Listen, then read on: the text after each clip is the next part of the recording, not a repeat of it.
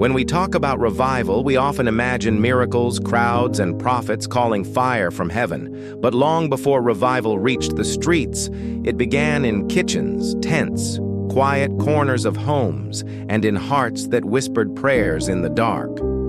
This is the story of the women of the Bible, the ones who didn't stand on stages, yet carried revival on their knees. Women whose prayers shaped nations, women whose tears became rivers God used to guide his people. Women the world often overlooked, but heaven never did. Today we're stepping into their world, not to preach, not to dramatize, but to remember. Because sometimes the most powerful moves of God begin with an unseen woman praying in faith. Hannah, the woman who wept revival into existence. Our journey begins with Hannah. She wasn't a queen. She wasn't a prophet. She was a woman with a broken heart, longing for a child.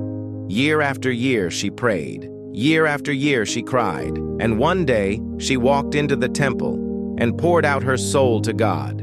No fancy words, just raw pain, raw faith. God heard her. The child she received was Samuel, the prophet who anointed kings, confronted nations, and helped lead Israel back to God. One woman's tears began a revival that would shape Israel's destiny. Hannah teaches us that revival doesn't always start with strength. Sometimes it starts with sorrow surrendered to God. Jochebed, the mother who saved a deliverer. Next, we meet Jochebed, a Hebrew mother living under a death sentence.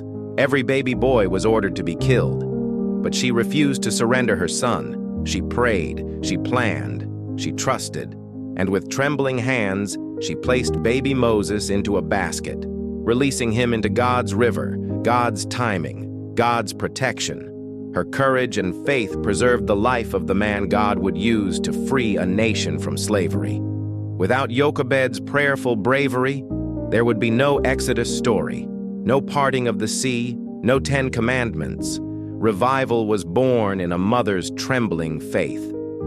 Deborah, the mother of Israel who awakened a nation. Then comes Deborah, a judge, a prophetess, a mother in Israel. She didn't lead with a sword. She led with wisdom, courage, and a deep relationship with God. When the nation had lost its way, she called them back. She sat beneath a palm tree, praying, listening, guiding her people. And in the moment darkness pressed hardest, she rose and declared, "Up!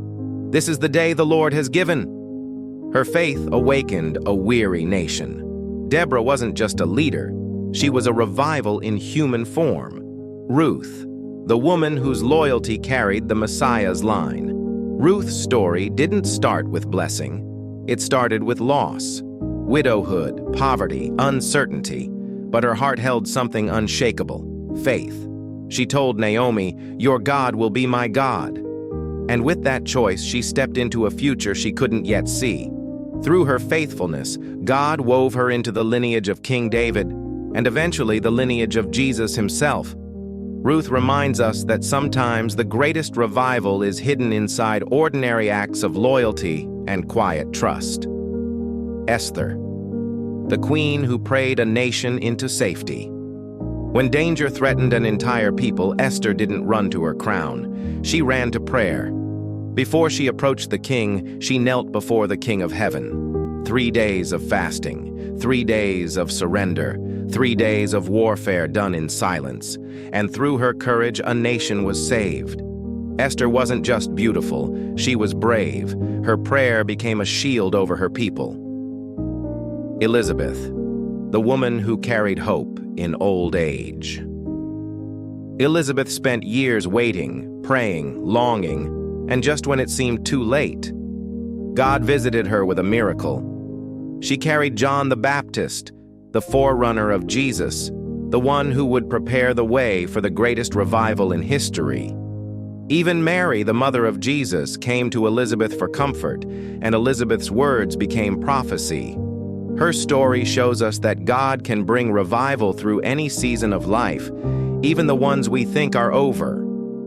Mary, the young girl who said yes to God, and then Mary, a teenage girl from an ordinary town, no status, no wealth, no title, but she had something heaven valued, a surrendered heart. When God called her, she said, "Let it be unto me according to your word."